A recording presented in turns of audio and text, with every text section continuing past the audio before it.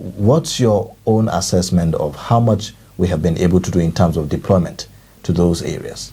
Or is it something that is beyond what our military can do? Yeah, number one, honestly, the deployment is not commensurate with the problem on ground. And this might not be unconnected with the fact that they are also understaffed.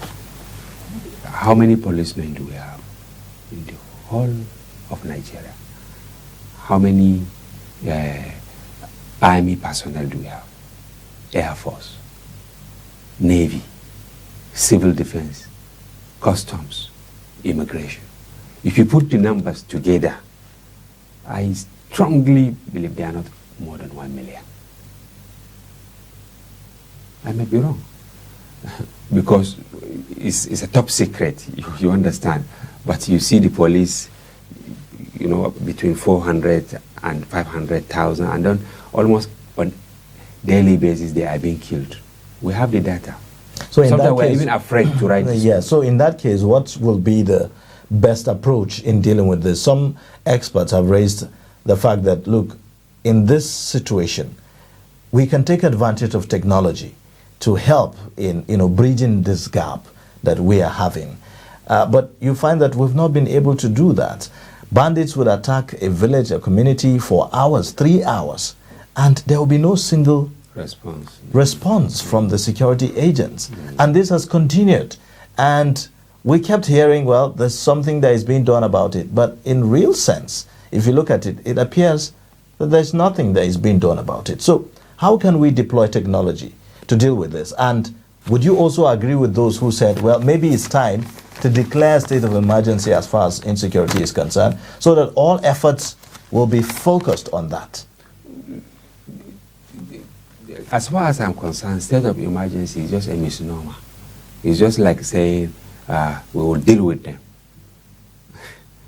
You understand? Because there is a lacuna in the Constitution. It is not explicit that, okay, if a state of emergency is declared in any state, that the governor should be removed. You understand? We had that incident during the area in Plateau State when Olusegun Obasanjo, you know, he removed him. But later, some people went to court and they won. That declaring a state of emergency does not amount to removing chief executive. So you must match your utterances with action. And as you suggested, yes, while increasing the manpower, that is massive recruitment of security operatives, those who are willing to go to the war front. Because the problem we are facing is systemic, in the sense that many who join the police or the army is just for the fame of it. And there are hundreds of thousands of willing youths who want to really fight, but they don't have somebody to give their name. It's a serious problem. You now have people going out of the Defense Academy, going out of the police colleges, police academy, but who are they?